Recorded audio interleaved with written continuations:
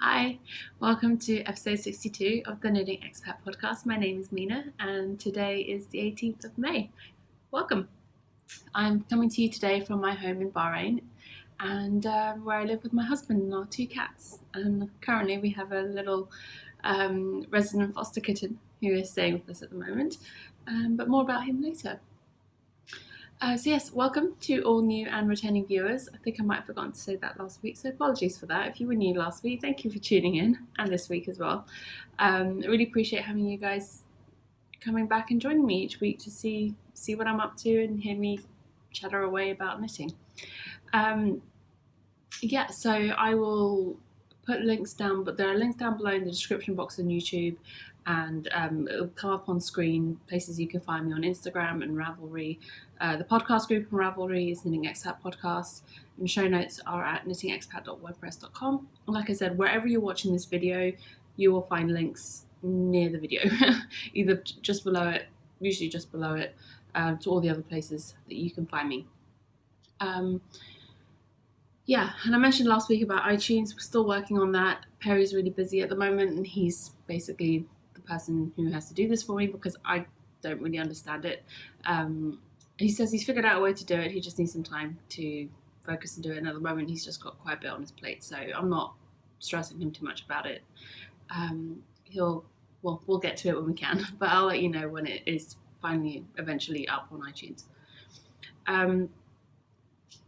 Then in terms of announcements, I only have a couple of things to talk about. First up, we have a coupon code from the lovely Eternity Ranch Knits, lovely Tammy. She provided, she'd sent me some yarn to try out of hers, and I'd used one of her skeins of yarn for a pair of socks that I designed recently. And we're going to be running a knit along for those sock designs that are coming out later this week. And so she was offering a coupon code, which is Expat Socks 2016, all capitals. I'll pop it up on the screen here for you guys. And that gives you 15% off at checkout until the 11th of June off your purchases from her Etsy shop, which I will link in the show notes and on the episode thread. Sorry, but yes, so if you haven't seen it already, I uploaded a video yesterday where I talk through my 4 new sock patterns that I will be releasing later this week, and I just actually have them right here. I'm not going to run through all of them again because that was what yesterday's video was for. I have 2 samples of each pair of socks, so that's why there's 8 pairs of socks here. I also realised in yesterday's video, after I posted it, a few people had commented asking about pricing, and I realised I completely forgot to mention pricing in the video. The whole point of yesterday's video was to give you all the information you needed about the socks, about patterns, how they work, how you can adapt them, and all of that sort of stuff. And I'll link that video below for you as well if you want to go see it. So, like I said, patterns will come out on Friday, 20th of May. And the patterns will be available individually for $2.50 US, and as a collection you can get all 4 together for $7. So that's slightly less than the price of 3 patterns. So if you bought 3 of them individually, that's $7.50. So you can get all 4 patterns for $7. So I think that's a pretty good deal. I mean, they are relatively simple patterns, so I was very finding it quite difficult to figure out how to price it for these ones, but I think that's a fair price, and I did put a lot of effort into figuring out that heel for myself, and just put a lot of work into the designs and stuff. So I hope you'll all like it. And so that's that. And we can now move on to finished objects. So first up, first thing I finished this week are my rainbow cushions. There we go. They're quite tall, and this is knit out of Knit Picks palette. The pattern is a Karen Simply Soft pattern. I think it's called Pinwheel Baby Blanket or something. I'll link it in the show notes. And I decided I wanted to make cushions out of it instead of a baby blanket because I wasn't going to have enough to do a baby blanket. So what I did was, the pattern calls for worsted weight, so I held fingering weight double and I used 5mm US size 8s needles, I use Knitting Expat palette in 8 colours, and if I can remember all the colours, I will tell you what they are. So we have mulberry, hollyberry, masala, canary, clover, edamame, whirlpool, and delta. Got it. Remembered them all. So those are the colours that I use. And yeah, I used German short rows instead of wrap and turn, which is what's in the pattern, and I cast on 30 stitches instead of 25, but otherwise the rest is pretty much the same. I seamed it together using the mattress stitch, and I added, actually what I ended up doing, and I can't show you now because I seamed it, but I ended up adding on the second cushion, to make it easier to seam it, I added a slip stitch border, a selvage stitch edge, and that made it easier to seam it together afterwards. So there we go, that's that. That used up a lot of yarn. I ended up having, I can tell you how much I ended up using. I ended up using 330 grams of fingering weight yarn, which equated to 1,320 meters total. Obviously that was yarn held double, so that's well, like almost 700 meters in these 2 pillows. So that's pretty good use of yarn, to use up yarn if you've got stuff lying around that you're not sure what you're going to do with. And I mean, palette isn't the softest yarn, and I know it's good for colour work and stuff, which is why I bought it originally, but I couldn't think of what I was going to do with it, so I wanted to use it for something, and I love rainbows, so what's wrong with that? It's a useful item to have around the house. And the next finished object I have is another pair of design socks. So this is, the collection that's coming out on Friday is Beyond Vanilla Part 1, and those 4 patterns are Beyond Vanilla socks, something a little bit more interesting than just plain vanilla socks. And this is going to be part 2. This is going to be part of part 2, which are slightly more intricate, not difficult at all, but they just look more intricate patterns. I'm not going to show it to you too close up because I'm going to save that for later, but this is what this pair looks like. I just decided for this batch I'm not going to keep them all a secret from you, because that was really not fun for me, and I'm sure it wasn't fun for you guys to have to not be able to see everything properly. But the yarn for this one is by Kirsten, and she dyes yarn as Knitting a Love Song, and that's her name on Instagram and Ravelry as well, I believe. And this is her card, and it's on her Minuet sock base, and it's in the Sidewalk Chalk colourway, so it's this lovely fun multicoloured yarn. A few people commented when I posted progress pictures on Instagram saying that it looks a lot more pink than something I would normally go for, which is true. It is definitely more pink than I was expecting. It didn't bleed at all when I washed it, which is good, and I did wash it in cold water, or as cold as I could get out of my taps at the moment. But there's definitely a lot of pink overtones in this, or undertones in this. And I think that's probably just the way it was dyed, and the red is one of those colours that's quite hard to set.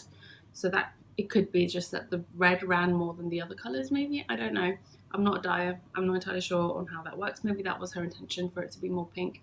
But either way, I really love how these turned out. The colour dispersion throughout the skein seems to be relatively even. As you can see, what I usually find with a lot of hand-dyed yarns is that one half of the skein is more saturated than the other half. And these 2 pairs of socks are pretty much spot on in terms of colour saturation. Really good. And also, I have to say, my lighting today is really good. Weather seems to be just right. Awesome.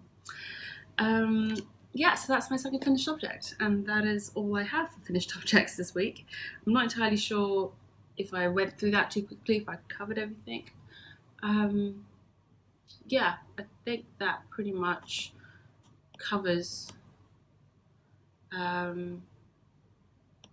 everything I was going to say on that one. On those 2, I mean. Alright, so I guess we shall move on to works in progress. So no progress on the Cozy Memories blanket this week. I probably won't get to working on that until the end of next week, or once I get a bunch of these projects off my needles.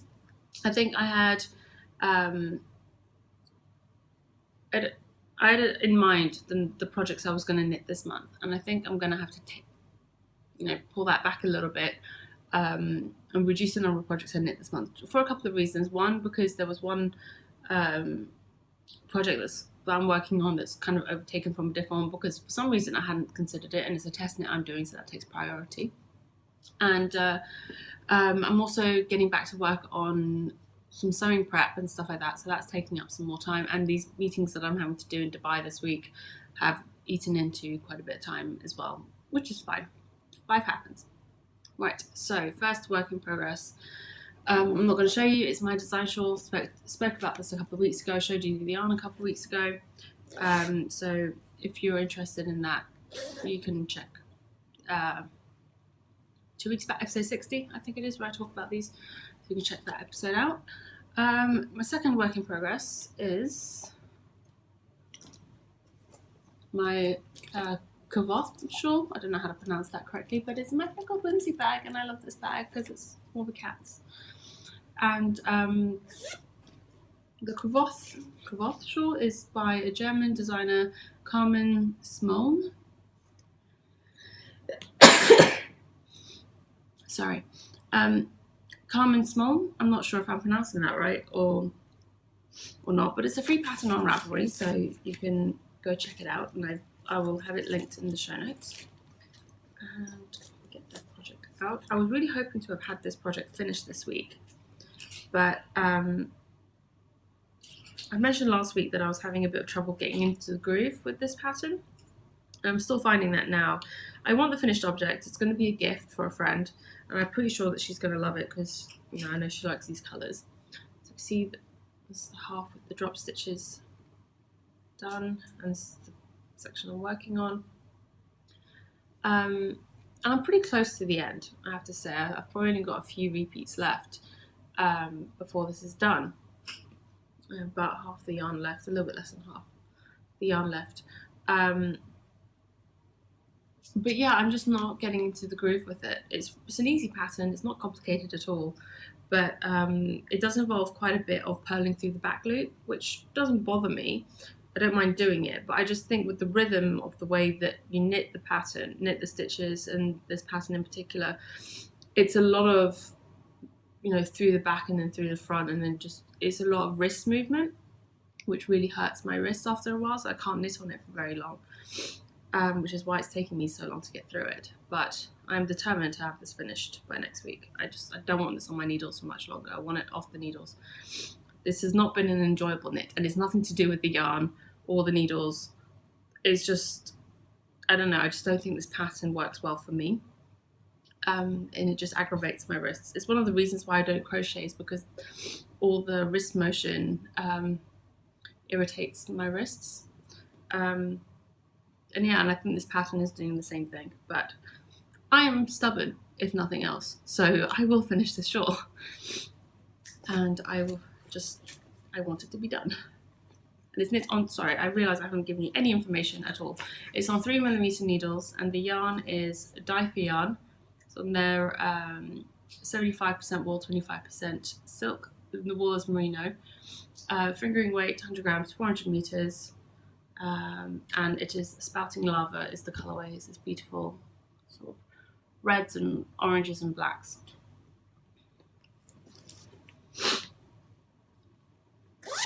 There we go. The next work in progress is my Marley sweater in my London bag. And this is a pattern by Elizabeth Doherty. She mentioned the last couple of times I talked about this, that she was someone who I met at the Curious Handmade Country House Retreat. She's the designer of quite a lot of sweater patterns, actually.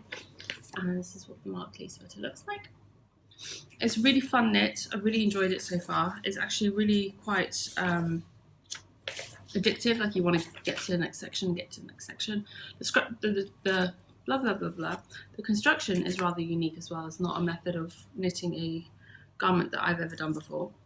The yarn is Plucking Knitter in their Primo fingering, which is 75% superwash merino, 20% cashmere, 5% nylon, 385 yards in 100 grams. This lovely golden yellow colour. And the colourway is Gilded Age. So this is where I'm at. Actually, that's upside down. So ignore the ends dangling everywhere. I think this is, there we go. This is where I'm at. So this is the front, and then this is the back. You can see this big grey stripe across the back. This is a horizontal braid, which Elizabeth has added in for structure across the back shoulders. And in the pattern, it's all done in one colour, the same colour as this. It would be done in this yellow, and that's what I was intending on doing.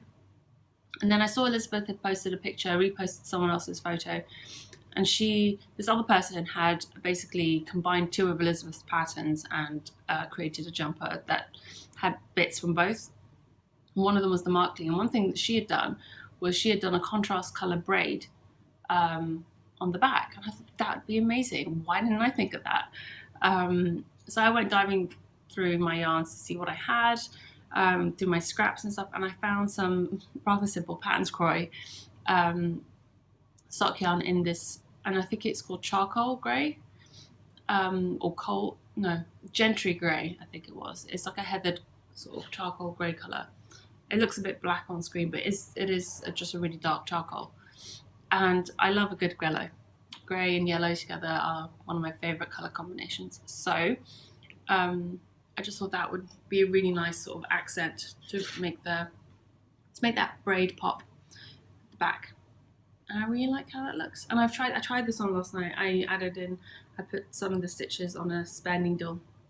I tried it on, so it's got a nice sort of loose fit, which is what I was hoping for. And the dye lots are actually pretty well matched, I have to say. I knit most of this on one skein, and then so the cast on edge is just below this braid, and so I had knit up to here last week when I showed you. I'd just done like maybe 10-12 rows.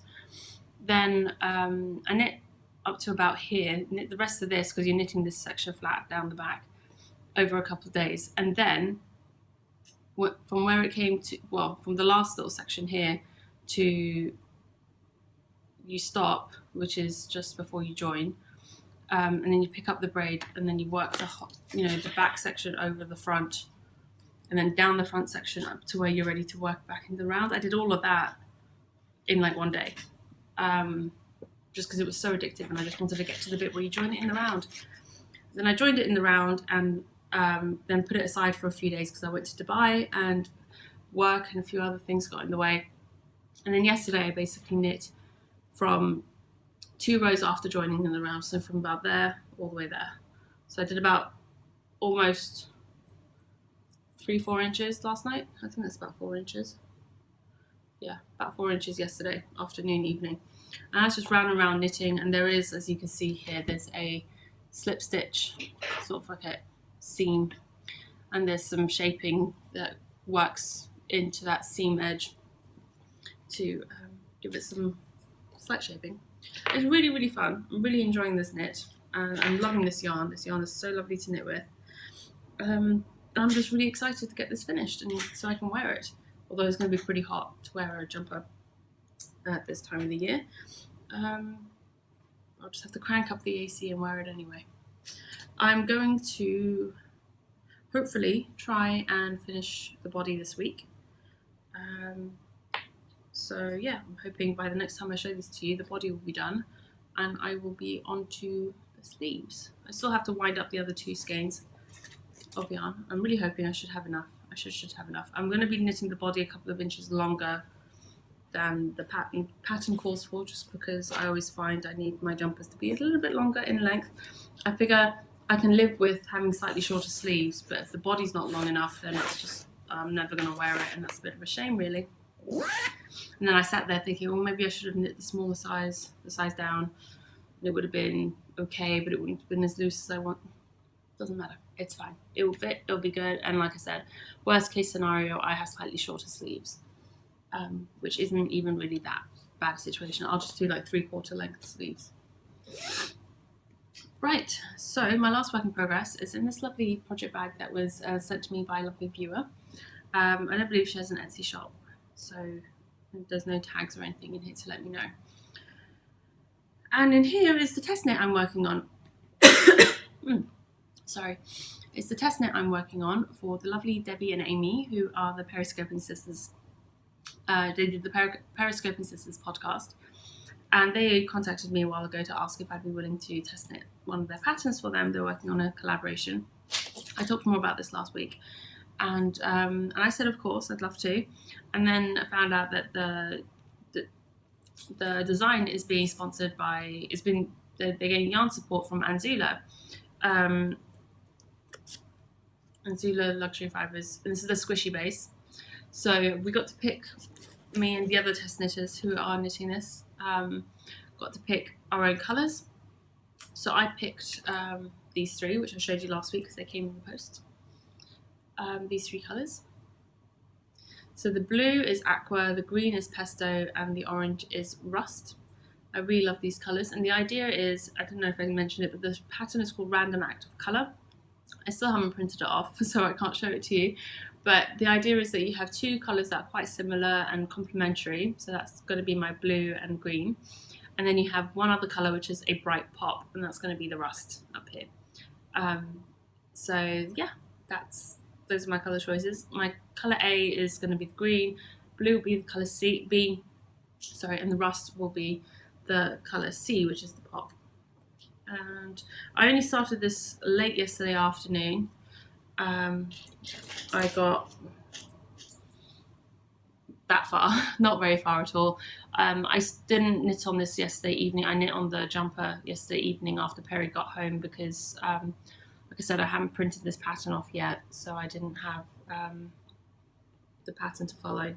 It's not complicated, but I wanted to make sure I do it right because it is a test knit. Yeah.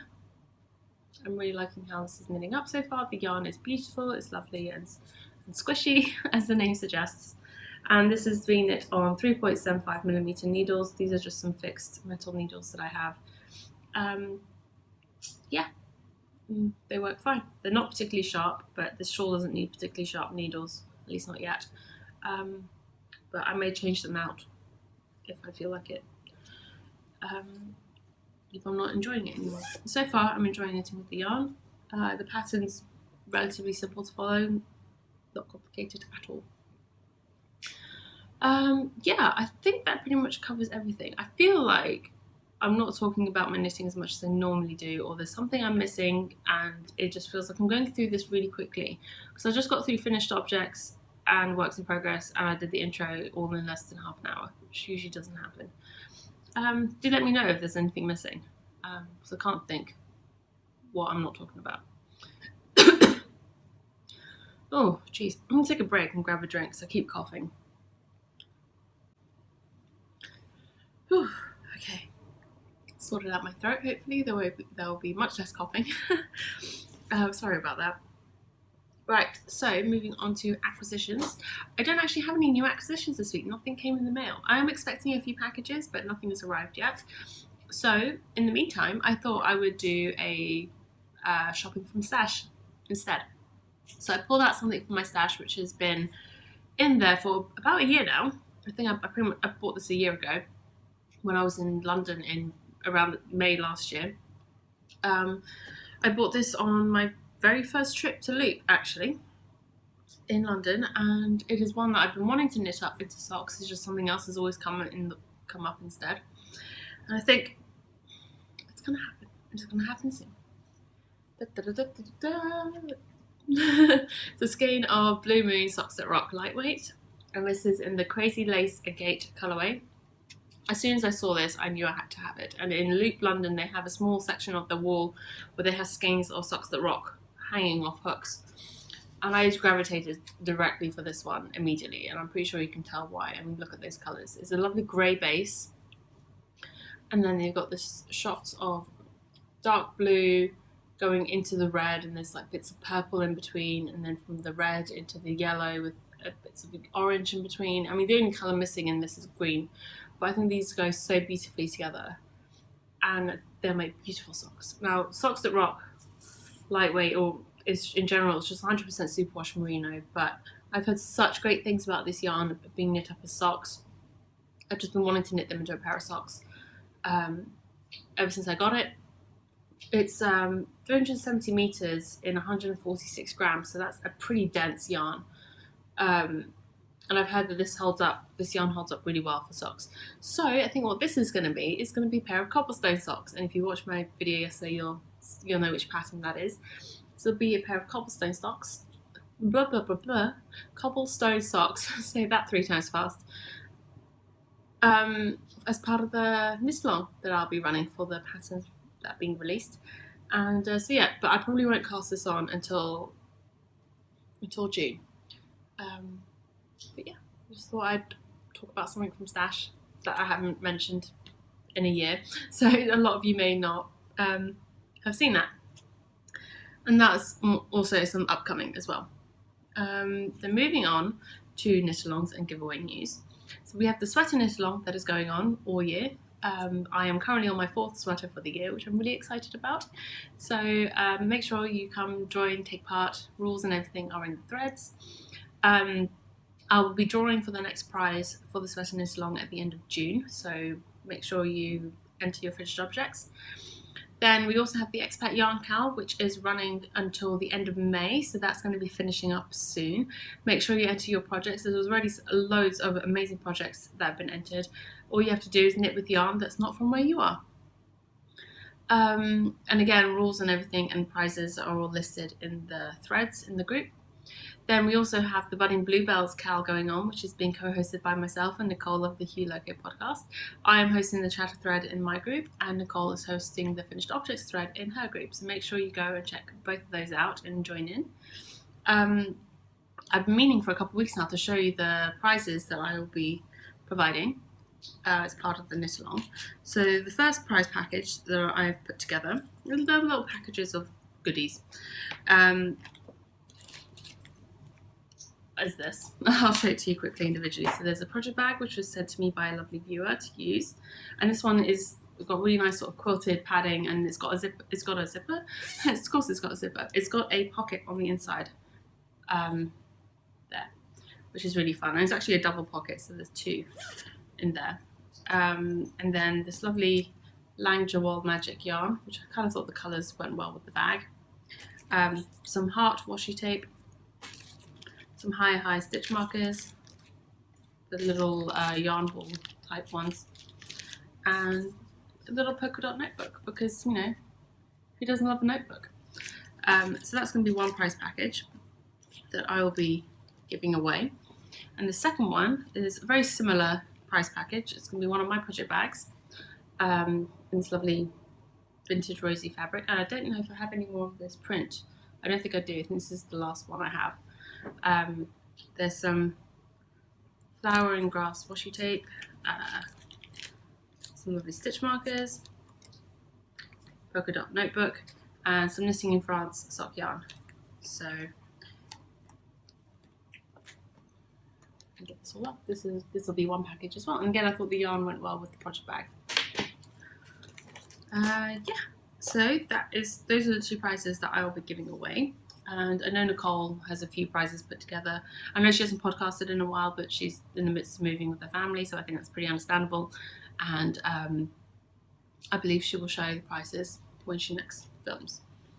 And then we have the 6,000 subscriber giveaway, which still blows my mind that there are that many of you watching, or subscribed at least.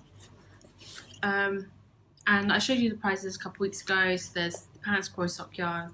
There's the sock blank by Andre Sunitz. There's a notebook that's handmade by Grace of the Babbling Yarns, Babble's Travelling Yarn podcast. Seriously, Grace, that name just always trips me up.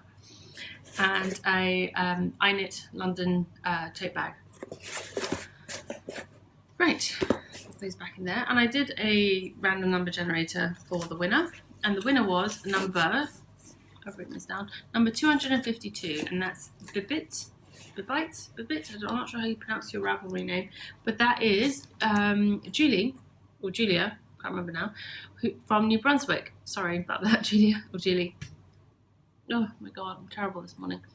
So it's Julie from New Brunswick, and she said, and I asked, the prompt was, tell me something about your knitting journey. And she said, my knitting journey is typical. My mother taught me to knit as a child.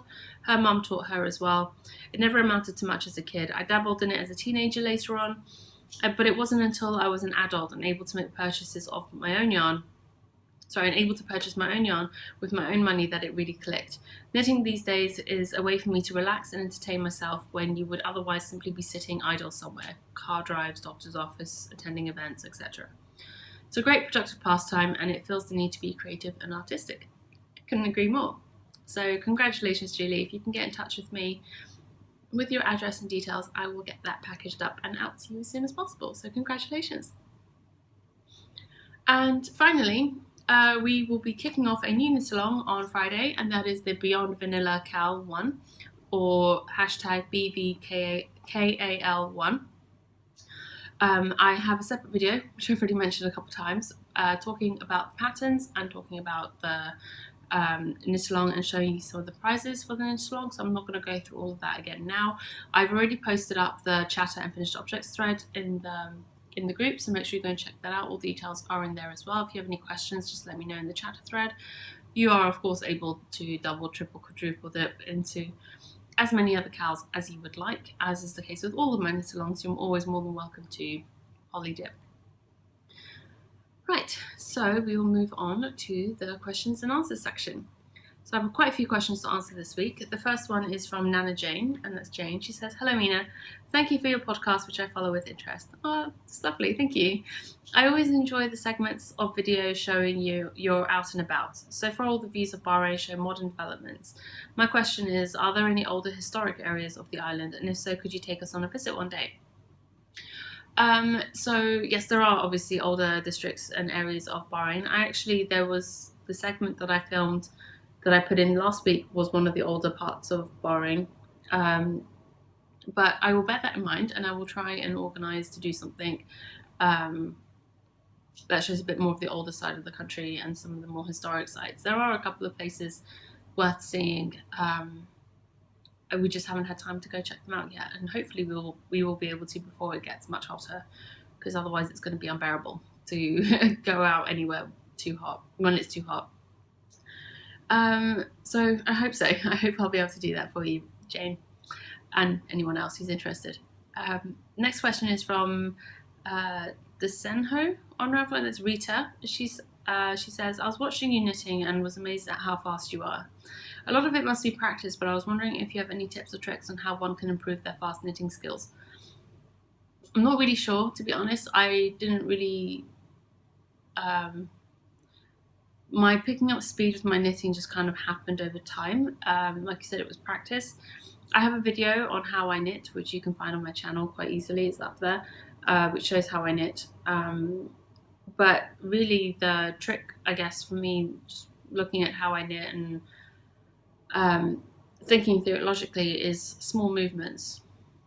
If you can keep your motions small, then they can go quicker, if that makes sense. So I try to knit a lot close to the tips of my needles, so I'm not having to move my hands so much. So, when I'm knitting, all you really see is like this. It's like I'm not doing big motions. I'm not like looping the yarn around the needle. I'm not making big motions with my hands. I'm trying to do really small motions. And after a while, it's not even a conscious thing. You just do it, and you naturally, well, at least I do. It just happens that way because I'm so used to knitting like that now. So yeah, I don't have any specific tips other than try to make your motion smaller. I hope that helps. And that also helps with being able to knit for longer periods of time without getting pain. Then the next question is from the Knitting Dane 78, and that's Bettina. And she says, I have a question. When you come up with a pattern, do you check Ravelry to make sure that there is not a similar pattern, or do you just make it like you want it to be? I do actually check Ravelry first to see if the idea that I have has already been done, because there's not much point creating a pattern that already exists. So I do always try and check, but sometimes it's not always easy to find the exact thing you're looking for, especially if you have a name already in mind or something in mind. It's quite hard to sometimes narrow it down or to find the thing you're looking for if you don't know what it's called.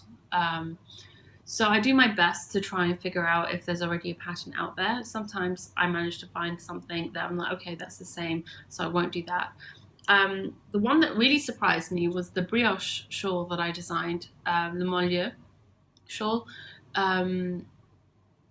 I was surprised that something like that didn't already exist. It was such a simple idea, and such a common sort of shawl construction shape used for many other designs, and by many other designers and myself included. It seemed strange that a brioche version hadn't already been designed. And I remember looking, and I found one other one which was similar, but I looked at the pictures a bit more, and I realized it wasn't the same shaping. So I decided to go ahead and do the one that I did, design the pattern that I did, because I realized there wasn't another one out there exactly like it, or even similar shaping to it. So that's how that one worked out. And usually I do, like I said, with my other shawls as well, and socks even, I do try really hard not to replicate a pattern that already exists. But if that does happen, then it's by pure accident. I don't do it on purpose. I do try and avoid that. And the same with naming my patterns. I try not to pick a name that's already been used by another designer, because then it gets confusing when people are trying to find patterns as well. I've had that happen to me when I'm looking for a pattern by a certain name, and then there turns out to be, say it's a pair of socks, and there might be 5 pairs of socks with the same name, and I'm just sat there going, okay, well, which one was it? I can't remember the designer's name, I just remember the pattern name or something, and it just gets a little bit confusing. So I do try to avoid that where possible. Then the next question is from Sweet Scissors, and that's Rena, and she says, I've got a question about writing pattern designs. What would you suggest for a newbie designer? I'm not sure what you mean by that. You mean actually what software to use? I mean, I just use Microsoft Word and Excel. I don't use anything special to write my patterns. And she goes on to say, I've designed a few hats and mittens last year, so I'm thinking about writing patterns for them. Should I use a popular yarn brand for a sample project? I mean, you can. You don't have to. When I started designing, I just designed with what I had in stock. I say in stock, in my stash. And then sometimes if I talk to a yarn dyer, or ask, I'm in conversation with someone about possibly doing yarn support, then I'll knit it up in their yarn. Otherwise, I just knit with what I want to knit it from. It doesn't really matter whether it's from a popular brand or not. I find, for me anyway, when I started out knitting, I didn't have the facility or the option to go and buy the recommended yarn for a pattern. So if a pattern recommended Madeline Tosh fingering weight, I'd be like, okay, fine, I'll just substitute for any other fingering weight that I had that is a similar fibre content or a similar yardage, because I wasn't able to get hold of that yarn at the time. Usually, if I'm going to knit a pattern, I knit what I can based on what I have in my stash. Usually, I don't find a pattern and then be like, okay, I have to go buy the yarn for that before I can start knitting it. So whenever I've been designing, it's never been part of the thought process to think about, am I using a popular yarn to design this pattern? It's been like, well, what yarn do I like to use for this pattern? What yarn would work best with this pattern? And then just go from there. I don't worry so much about using a specific brand because it's popular or because it's well known, because you can always substitute yarns. It's not a big deal. It really isn't. And I do it all the time. I know many other people do it as well. So I wouldn't get too hung up about that, about having samples knit up in popular brands. So I hope that's helpful. If you have any more questions, then please do let me know in the Q&A and the questions and suggestions thread on the group. I don't have any questions for you guys this week. My brain is not functioning very well this week. I've not been sleeping very well, but I'll talk more about that later. Shop news, nothing new yet, but I have got some progress which I can show you. You see that stack there? That's a stack of fabric that needs to be ironed onto the interfacing. So then I can start sewing. I actually ran out of interfacing. I have another stack of fabrics where I ran out of interfacing. So I have more than enough to get going for now. So that's not a problem. I'm not going to go out and buy more interfacing yet, but I will eventually have to go and get some more. Onto Bahrain/Middle East life. This segment is actually just going to be a little, very tiny, very short vlog of my trip to Dubai on Sunday. I was there actually. I went Saturday night, which in itself was rather hilarious adventure. But I went Saturday night and I came back on Sunday. I had a meeting Sunday morning, so just the timing of the meeting and the timing of flights that were available would mean I'd either my meeting started at 10, so the flights available either got me in at 4:30 a.m. or 9:30 a.m, so not early enough for me to get to the meeting on time. So I flew in the day before just so I wouldn't be in a mad rush. And I will pop that video clip in. I'd finished the sentence to say that after the meeting I went to Dubai Mall to grab some lunch, and I had a couple of errands to run while I was there.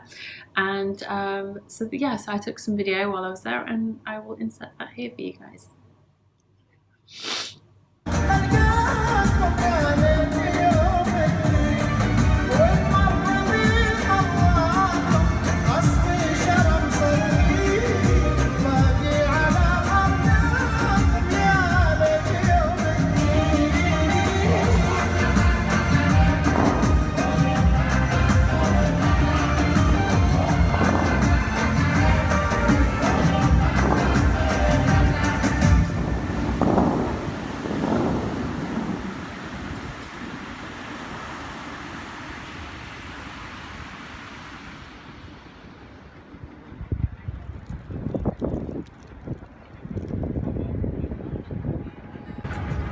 Hey everyone, so I'm in Dubai today. I think I mentioned last week that I had a meeting in Dubai on Sunday, so I'm here today, and meeting's finished. I just popped down to Dubai Mall to run a few errands, had to pop to the bank a little bit, just a couple of little bits, and now I'm just outside Dubai Mall near the fountains. I just caught the end of one of the fountain display show thingies, so that you'll either see before or after this clip, I'm not sure which. And behind me there is the Burj Khalifa. Sorry, I'm not sure how to get it. There we go. It's up there behind me. And the Dubai Mall's there, behind me there. I'm just gonna grab some lunch, I think, and then I'm staying with a friend in Dubai. And so I think after lunch I'm gonna pop back up to her place, hang out with her and her kids for a bit before I go home, go back to Bahrain. It's a quick trip, just one day. I came last night because my meeting was quite early this morning and there wasn't a flight at a good time for this morning. But just a bit of a fun fact for you, the fountains at Dubai Mall are created by the same company that do the fountains for the Bellagio Hotel in Las Vegas. So if they look somewhat familiar in the clip that I'll show you, they look somewhat familiar, that'll be why. The music that was playing was an Arabic song. I don't know which one, but they kind of alternate between Arabic songs and classical music and sort of pop music. So there's another one at 1:30. This is the 1 o'clock one that I saw. Really hot outside, so I really need to get in. But I just wanted to do a quick little clip, say hi, and show you guys around so you can see the apartment buildings of downtown Dubai behind me. There we go. Alright, I may or may not check in with you again before I head back, and otherwise see you back on the podcast. Right, so that was that little segment. I hope you enjoyed that. So we'll move on to a bit of a week in review. First things first, there was something I wanted to mention last week which I completely forgot, but a few people had gotten in touch with me letting me know. I was asking for help about how to set the dye in that sweater that I'd knit, the brownstone. And a few people had gone in touch about using solar heat to set the dye. And I hadn't even thought of that, but it gets really hot here. It gets mid 40s, mid to high 40s over the summer here in centigrade. So that's well over 100 Fahrenheit. And So I was thinking that could work. I could put it into a black bin bag and just put some hot water over it, not boiling, but hot water and vinegar, and then put it out in the sun for the day and just let the sun do the work for me. And hopefully that will work, and that will avoid me having to try and figure out how to get it in the microwave, because it's a really big sweat jumper, and I'm not sure it'll fit in our microwave or that it will heat evenly, and I'm worried about it burning and stuff. And I don't have any pots and pans that I want to use for this that I then wouldn't want to use for food. So I think solar setting might be the one I try. And pretty much the water that comes out of our taps during the summer is scaldingly hot anyway, so it should be hot enough for this, I hope. Anyway, a bit of a little ginger update. Little ginger, for those of you who don't know, is a little ginger kitty who wandered into our lives a few weeks ago, and we've been looking after him since he basically tried to follow me into the house. And he's been out and mingling with our boys for the last couple of weeks, and he's still not that fond of them. Like, he still doesn't like them getting too close. Like, he'll tolerate being in the same room as them as long as, like, they're not right in his face. But he's not a big fan of them. He doesn't mind their smell. It's not that bothers him. He eats from their food. He uses their litter tray. He sleeps in their boxes. Like, he just doesn't like to be near them. I imagine he's probably just had some really bad experiences when he was out in the street with other cats. Our boys are not bothered at all. It's really funny because everything I've read online about how to integrate cats, introduce new cats, it's all about how the resident cats react to the new cat, and how you do everything to make them more comfortable with the situation. But it seems in this case it's the other way around. It's the new cat who's not comfortable and who doesn't like, he's comfortable, but he doesn't like them. Anyway, so we've been looking to rehome him. It was never our intention to keep him, as much as we would both love to. He would make an amazing knitter's cat. He does not go after yarn at all. Yesterday he spent all day sleeping on the daybed here, on the cushions and my Cozy Memories blanket. He did not scratch at them once. He'd be a great knitter's cat. But unfortunately we can't keep him. Like I said, we've got 2 cats of our own. Our future in Bahrain is undetermined. We are not planning on staying here for much longer. We're not sure when we're leaving, but we know we won't be here for the next year, beyond the next year, So we're not sure where we're going or what we're doing next, but we just know we're not going to be here for much longer. So it's not really fair on the kitten to put him through the stress of moving and everything when the time comes, if he's not getting on with our boys. Because the likelihood is wherever we move to, we're going to have less space. And at the moment, we have a lot of space for just the 2 of us and our 2 cats. So there's plenty of space for a little kitten to hang out and do his own thing without worrying about the boys getting in his space. Whereas if we move somewhere smaller, he's not going to have his own space in the same way. And it wouldn't be fair for him. And anyway, it just wouldn't be fair. And it's just more practical and everything else. So I put up some posters last week to try and find him a new owner, a new forever home. And I got a phone call yesterday morning from someone who actually works at my local post office, saying that he'd be interested in taking the cat, and he's got a family and all that sort of stuff. So he's going to come around on Friday morning, and we're going to get to meet him and chat with him. And, I feel like I kind of wasn't entirely sure about him over the phone, because he's definitely Arabic. He's from this region. I'm not sure if he's Bahraini or not. I couldn't tell. I didn't ask, and I don't know. I find that sort of question rather inappropriate. I get asked that a lot, actually, but I find it inappropriate. So, like, one of the first questions you ask someone being, "Where are you from?" I kind of feel like that's a little bit rude. But I don't mind when other people ask me, but I find it rude if I ask someone else. I don't know why I feel that way. Anyway.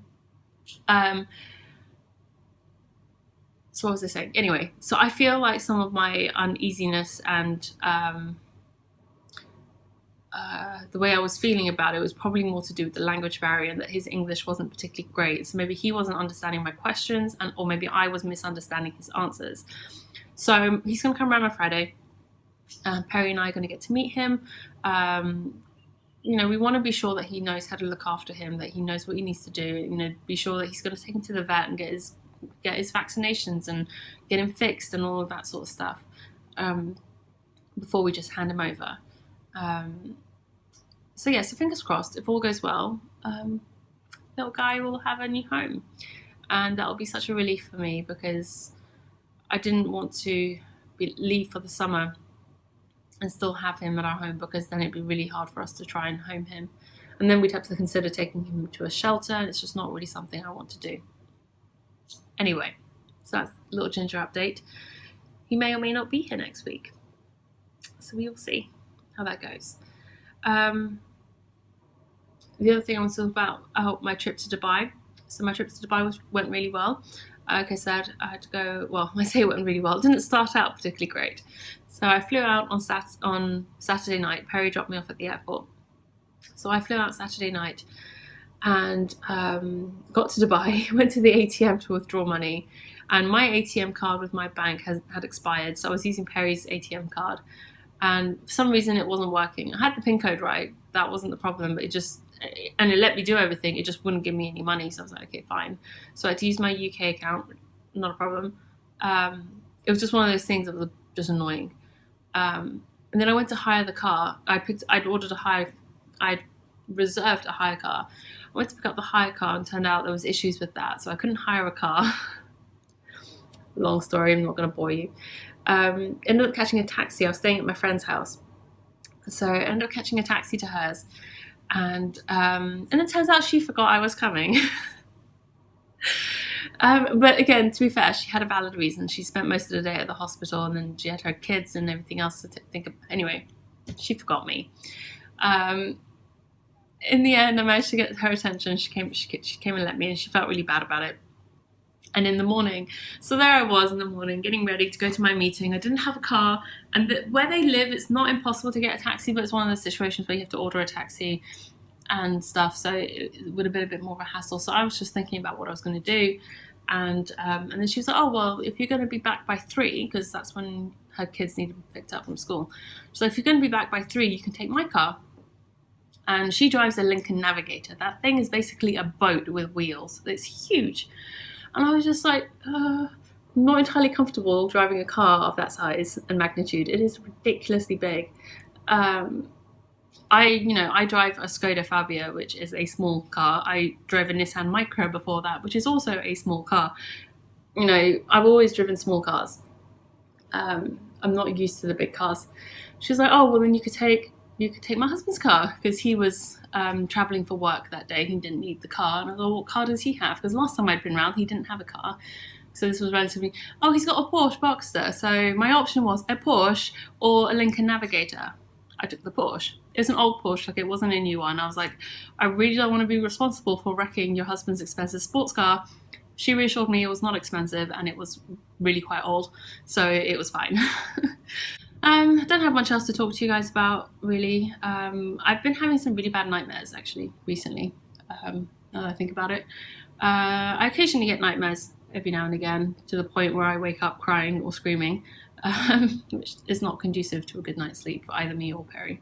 But recently, the last 2 weeks or so, it's easing up now, but for the last couple of weeks, I was having really vivid, really horrific nightmares. And I'm not going to go into detail, because I know some people watch this with their children.